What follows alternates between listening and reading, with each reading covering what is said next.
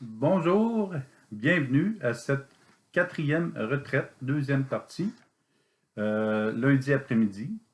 Alors, le thème de cette retraite, c'est l'écoute et l'image qui nous suit pendant cette retraite, quatrième, c'est toujours Jésus qui est ressuscité ou Jésus qui marche sur les eaux, je ne sais pas trop, il y a peut-être quelqu'un qui saurait et qui pourrait me l'écrire sur YouTube en dessous ou sur Facebook.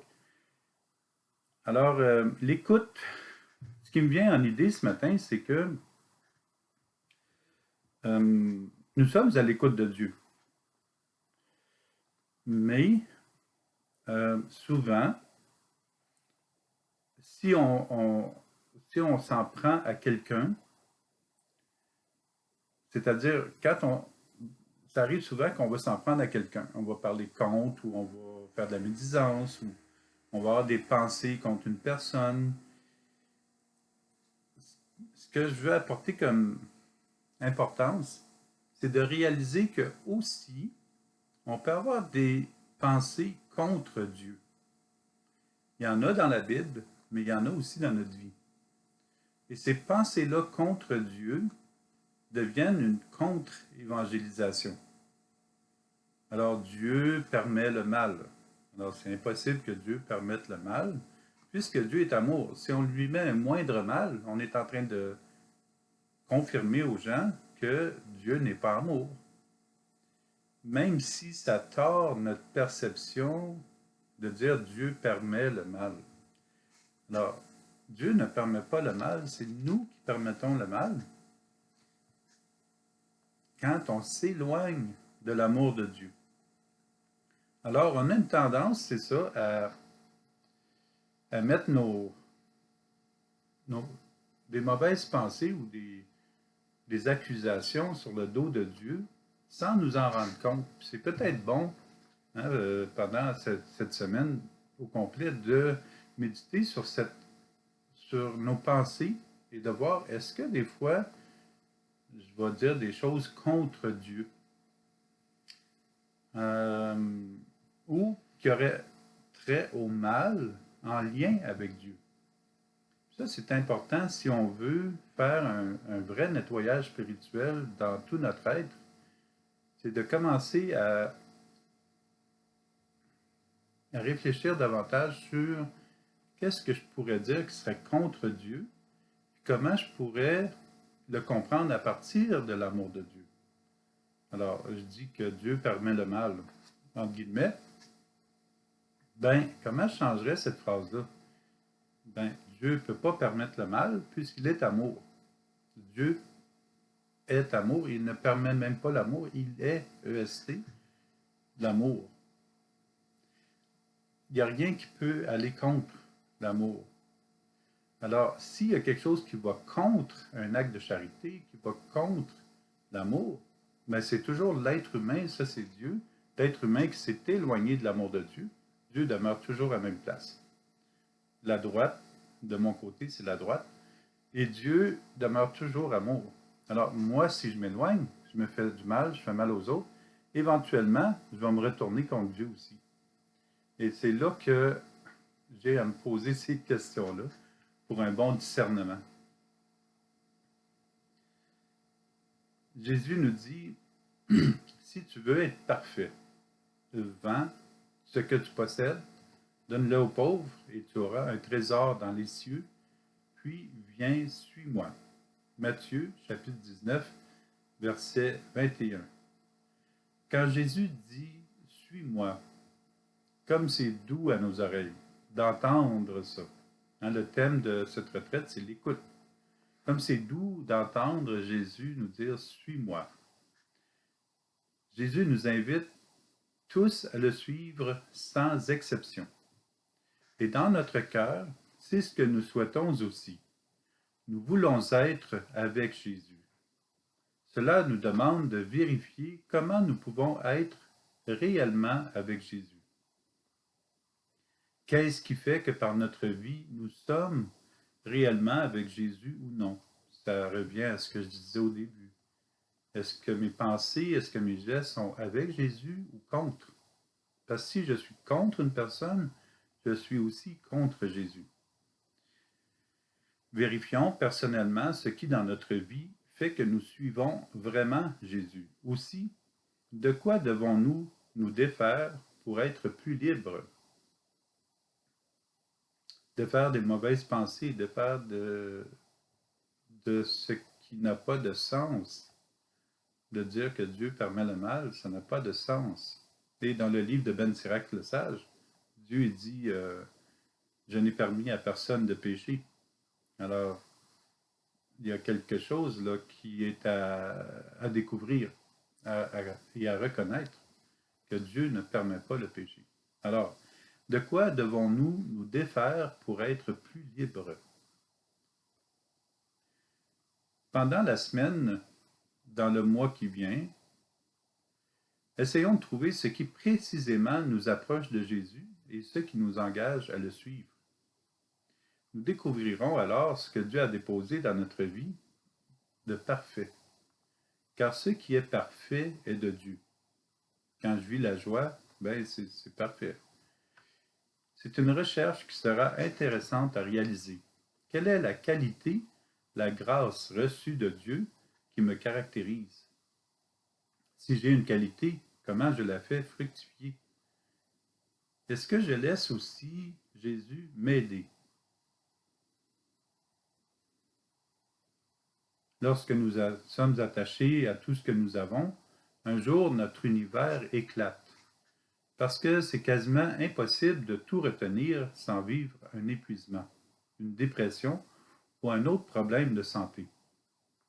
Imaginons que nous devons tirer sur une vingtaine de ficelles attachées à des choses à réaliser à chaque instant et que nous ne pouvons pas manquer notre coup, notre projet. Il y a des combats positifs lorsque nous apprenons comment nous détacher de certains liens, certaines ficelles, pour nous unir davantage à Dieu. Il y a des ficelles sûrement qui sont inutiles sur la vingtaine de ficelles. Dans une situation où on perd la patience, par exemple, la première réaction est peut-être de nous en prendre à Dieu.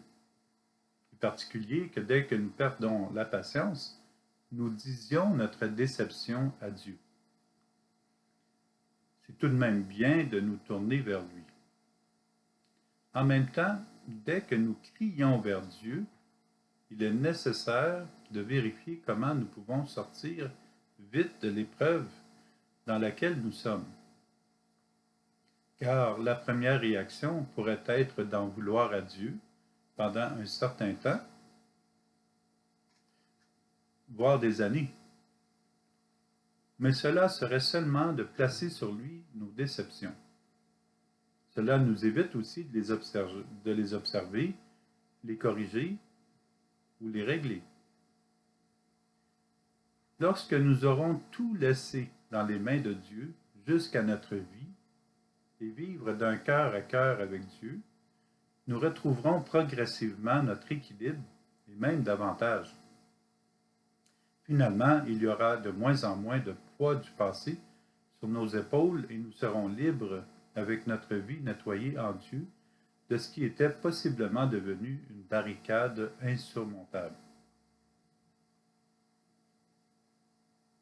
La vigueur de la foi de notre jeunesse revient comme la fleur qui se relève, à nouveau arrosée et remplie des rayons du soleil. La foi est toujours une grâce que nous avons, et lorsque les temps sont un peu plus difficiles, où le péché semble prendre le dessus, le Seigneur nous invite au nettoyage et au retour à la base, à recevoir à nouveau sa grâce, à recevoir son amour, le vivre et le vivre. Réjouissez-vous parce que vos noms sont inscrits dans les cieux. Luc chapitre 10, verset 20. Disciples en marche, nos noms sont inscrits dans les cieux. Nous pouvons nous réjouir d'être en marche et de vivre des conversions régulières avec un cheminement rigoureux, mais respectueux de nos limites. Avec de la persévérance dans la confiance en Jésus, Nous allons entendre monter de notre cœur un jour, réjouissez-vous, car vos noms sont inscrits dans les cieux. Vous êtes la lumière du monde, dit Jésus. Matthieu chapitre 5, verset 14. Trop souvent, les humains vont attendre d'être pris au piège d'une profonde souffrance avant de demander de l'aide à Dieu. Ils demeurent à l'écart d'une recherche de lumière et de vérité. Mais en acceptant l'aide de Dieu, ils pourront passer au travers de cette épreuve et ils pourront redevenir lumière du monde et transmettre leur joie de suivre Jésus. Les personnes prises dans les griffes du mal ou dans la peur sont les mêmes qui vont goûter la plus petite lumière comme une espérance indescriptible qui les conduiront au salut en Jésus. Elles ne voudront plus jamais lâcher cette nouvelle lumière qui se présente à elles. Pour conserver la lumière en nous, il est important de ne jamais être, comme nous le dit Paul, jamais être intrigant ni vaniteux, mais d'avoir assez d'humilité pour estimer les autres supérieurs à vous-même. Lettre de Paul aux Philippiens, chapitre 2, verset 3. Chaque personne peut réfléchir cette lumière de Dieu. Nous espérons demeurer dans les meilleures dispositions en enrayant ce qui nous garde dans la noirceur. Ne tenons rien pour acquis dans la foi et continuons d'être les petites lumières du Saint-Esprit. Retrouvons notre amour de jeunesse en Jésus et apprécions la lumière de sa présence en nous. Transportons-nous au début du livre de la Genèse, où l'homme, Adam, vient de se cacher de Dieu après une bêtise. Combien de personnes se cachent de Dieu après une bêtise? N'est-ce pas là la plus grande des épreuves de nous éloigner de Dieu? Tout le monde fait des bêtises, mais pourquoi se cacher de Dieu? Elles croient vraiment que Dieu va les punir. Pourtant, elles ont déjà leur punition. S'éloigner de Dieu est une punition qu'on se donne. Ne pas aller dans le sens de l'amour, même envers soi-même, c'est une punition. Dieu ne nous punit pas, nous nous punissons. Il y a deux manières d'agir après nos bêtises, en nous éloignant de Dieu ou en nous approchant de Dieu. Combien de gens se sont éloignés de Dieu tout simplement parce qu'ils croient que Dieu les punit après une bêtise? C'est peut-être là que se joue le plus grand drame d'une personne. Aussi simple que cela puisse paraître, c'est triste de penser que nous pouvons nous éloigner de Dieu sur un coup de tête et penser qu'il nous en veut. Nous nous offrons deux punitions coup sur coup en nous refermant sur nous-mêmes et en nous éloignant de Dieu. Puis nous en venons à croire que nous ne sommes pas dignes de Dieu. Tellement dommage d'en arriver là. Quand Dieu, lui, continue à nous aimer, même si on est rendu très loin. Dieu s'approche d'Adam et il demande, « Où es-tu donc? » Genèse chapitre 3, verset 9. « Où es-tu donc, Adam? » Adam s'est caché après avoir fait une bêtise, une faute grave. Il a mangé avec Ève le fruit de l'arbre de la connaissance du bien et du mal.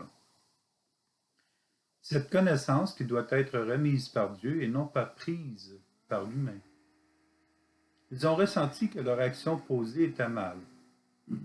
Et Adam s'est caché au lieu de se tourner vers Dieu. Il s'est caché. et lui demander, au lieu de lui demander de l'aide, qui le sortirait de sa culpabilité. Mais Dieu nous pose la question à nous aussi. Où es-tu donc? Où suis-je rendu? Nous sommes possiblement rendus très loin pour que Dieu nous pose cette question. Nous sommes alors dans une zone de danger pour notre foi et pour notre salut.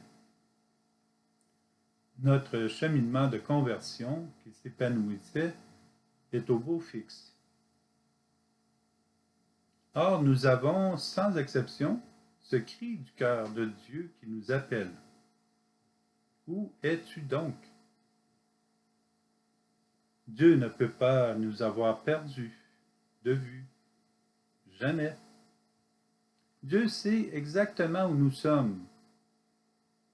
Alors pourquoi nous pose-t-il cette question comme s'il nous cherchait?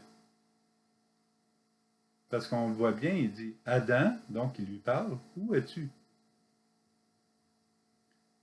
Alors pourquoi nous pose-t-il cette question comme s'il nous cherchait? Simplement parce que Dieu veut que nous nous posions cette question. Où suis-je maintenant par rapport à Dieu? Où suis-je, moi? Quel est mon rapport ou ma relation avec Dieu dans le moment présent? Est-ce que je me suis fermé à son amour et enfermé dans mon cœur? Suis-je rendu si loin, perdu? C'est la question fondamentale pour une personne qui souhaite avoir sa vie. Pardon, c'est la question fondamentale pour une personne qui souhaite savoir si sa vie va dans le bon chemin et éviter de partir à la dérive. Nous poser la question, c'est nous resituer par rapport à Dieu et le rencontrer à nouveau. C'est la nouvelle conversion. Nous savons que Dieu est là et que son amour est sur nous. Il suffit de lui ouvrir un peu la porte de notre cœur à nouveau, afin que l'amour de Dieu circule librement en nous. Dieu ne nous condamne pas, Dieu ne nous punit jamais. Nous harmoniser avec Dieu nous situera dans notre vie. Assurons-nous de laisser de la place au Seigneur dans notre journée et nous vivrons de mieux en mieux, même si cette vie contient son lot de difficultés. Une petite lumière poindra dans le brouillard. Il suffit de suivre la petite lumière tout en demandant à Jésus de nous guider. Je ne sais pas quel mois que vous allez entendre cet entretien, mais je vous amène au mois de février. Le mois que j'appelle le mois de fièvrier. Fièvrier. Le mois de février, surtout pour nous, les gens dans une région nordique, est un mois qui peut sembler long pour certaines personnes, là où il y a de la neige. Pour ceux qui n'ont pas beaucoup d'activités extérieures, la neige de février tarde toujours à fondre et le printemps tarde à pointer pour eux. C'est un moment où nous ne savons pas trop quoi faire pour nous occuper. Nous sommes entre deux saisons et coincés dans nos maisons. Souvent on entend « Ah, si le mois de février peut terminer ». Il est le plus court, mais il semble le plus long. Nous l'entendons souvent durant ce mois. Nous en avons assez de la neige.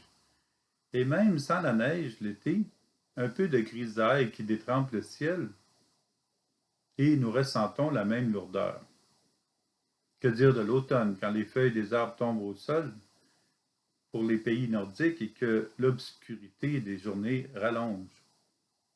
Lorsque nous sommes dans un lieu où les gens sont rassemblés, nous avons l'impression d'entendre une chorale de désagréments due au manque de soleil et de la chaleur. Nous appelons cela le mois de fièvrier. Nous avons une fièvre d'être encore à l'intérieur et c'est le mois de février. C'est typique de notre région de se sentir prisonnier de l'intérieur en février. Nous semblons aussi manquer d'énergie. L'hiver ne semble pas se terminer. Cela nous pèse et nous devenons souvent plus irritables. Février est alors un mois où les tensions augmentent. C'est normal puisque l'hiver semble s'étirer. Nous sommes allés dehors moins souvent et nous manquons de soleil. Les journées sont plus courtes. Cela nous affecte moralement, physiquement et spirituellement. Cela affecte aussi les différents groupes, car si plusieurs personnes vivent le désagrément du mois de février, cela affectera d'autres personnes. Alors tout semble interminable, la vie nous pèse et nous entrons dans des ombres qui nous envahissent de plus en plus. La fièvre nous rend peu à peu esclaves de la température. Et on le sait au printemps, quand la neige commence à fondre, il y a un espoir de revoir les journées rallongées, parce qu'en hiver, les journées sont plus courtes, moins de soleil. Et l'été, on a beaucoup de soleil. Alors, l'espoir renaît. Dans le prochain passage, c'est le contraire qui se produit. Avec Jésus, la fièvre ne résiste pas, elle disparaît. La belle-mère de Simon est au lit avec de la fièvre. Sans plus attendre, on parle à Jésus de la personne malade. Jésus s'approche d'elle, la prend par la main et il la fait lever.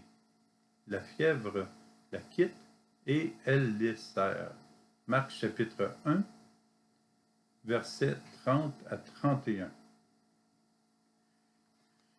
Nous ne savons pas si la scène se produit en février, mais la belle-mère de Pierre, Simon, fait une forte fièvre. Elle fait tellement de fièvre qu'elle en est malade. Jésus ne lui dit pas « C'est dommage, faire de la fièvre à ce temps-ci, c'est tout à fait normal, tout le monde l'a. » Cela court en ce moment. Plusieurs m'ont dit qu'il l'avait. Tout le monde est malade. Mais non, Jésus ne dit pas cela. Jésus entre en relation avec la belle-mère de Pierre. Il la réconforte et lui tend une main. Il ne lui dit pas non plus « Pourquoi demeures-tu couché? C'est quoi cette paresse? Tu ne peux pas passer tes grandes journées au lit. » Non, non. Jésus l'écoute plutôt. Il écoute l'intérieur de la belle-mère de Pierre qui est enfermée dans la fièvre. Il est tellement près d'elle qu'il la comprend à l'intérieur. Il sait que son état a besoin d'amitié, d'écoute, de soins. Il la fait lever, il la soutient et l'aide à se lever, comme par l'accord d'une poignée de main, d'une bonne poignée de main. Alors Jésus la fait lever. Pour les personnes qui aiment casser la solitude et vivre dans la joie de février, ou toute autre période qui n'est pas réjouissante, il y a quelques moyens intéressants qui peuvent être considérés. Premièrement, c'est peut-être le moment de lire ou de participer à une activité simple et plaisante. Réaliser une activité dans la forêt ou à l'intérieur, coudre par exemple, peut nous relancer déjà dans un printemps nouveau. Et surtout nous placer devant Jésus, nous recentrer sur Jésus. Jésus aide la belle-mère à se lever et la fièvre la quitte. Le mois de février est un excellent mois pour nous écouter pendant que beaucoup dorment et les autres hibernent. Même les ours ne nous font pas peur en cette période de l'année. Ils hibernent. Entrons dans le désert de notre vie. Nous avons la chance d'être dans la paix, dans notre maison ou dans un autre lieu. Nous avons le temps de découvrir la paix à l'intérieur de nous-mêmes. C'est l'occasion de nous arrêter et de penser à nous, tout en continuant les tâches journalières. Écoutons la joie, la paix et le silence en notre cœur et retrouvons Jésus qui nous tend son cœur. Et la fièvre de la grisaille, de la pluie, du froid et de la neige, et surtout de la fermeture en nous, vont nous quitter avec Jésus. Avec Jésus. C'est le bon moment de remettre notre vie en ordre, de nous accepter comme nous sommes. Ensuite, il sera beaucoup plus facile d'accepter les autres comme ils sont. Notre paix, notre joie redécouverte se déverseront sur notre milieu. Nous allons ressentir un regain de joie et nous pourrons partager le bien-être sur lequel nous avons médité avec les autres en vue d'un nouveau printemps. Puis, la fièvre quitte la belle-mère et elle les servit. C'est ce que nous avons lu tantôt. La belle-mère est de retour sur ses deux pattes, deux pieds, en tenue de service. Elle est debout. Le service est de retrouver Jésus avec les autres, d'être à leur écoute, de subvenir à leurs besoins et surtout d'être en santé physique et surtout spirituelle lorsque c'est possible.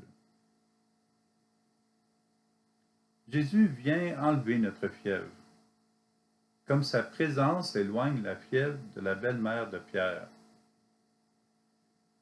Nous ne parlons pas seulement de la fièvre due à un virus alimentaire ou liquide, mais le virus ici, c'est celui de nos blocages internes, quand on est éloigné, des non-ouvertures, on n'arrive pas à ouvrir, que nous avons devant Jésus.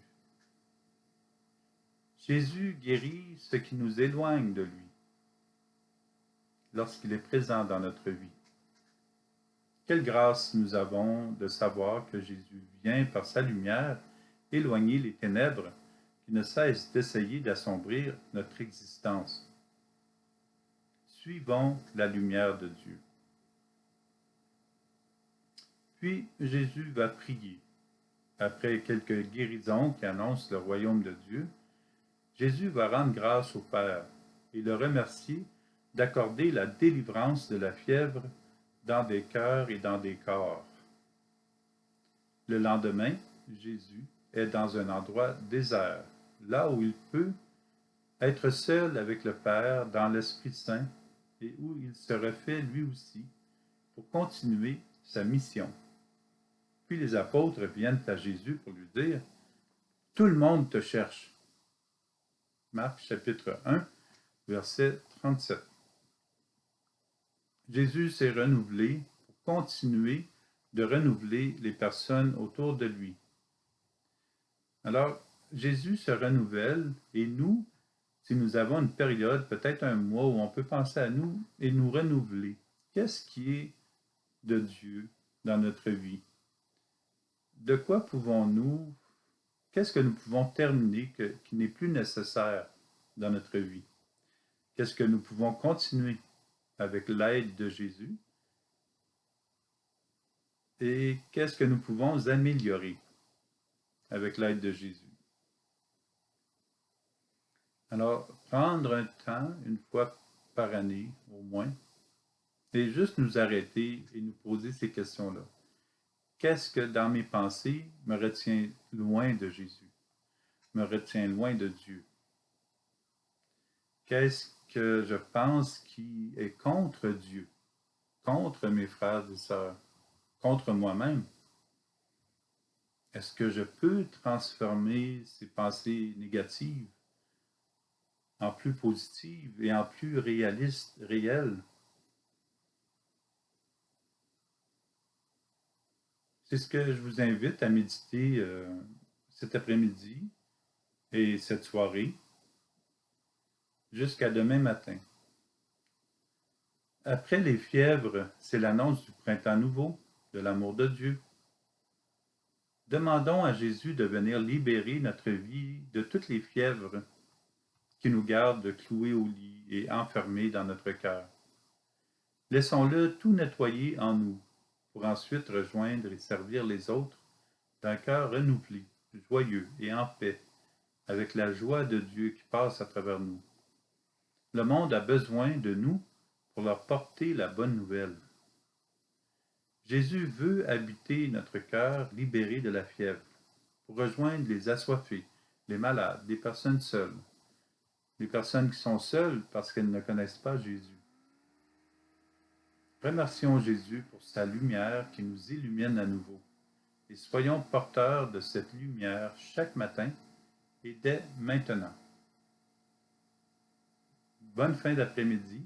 À demain.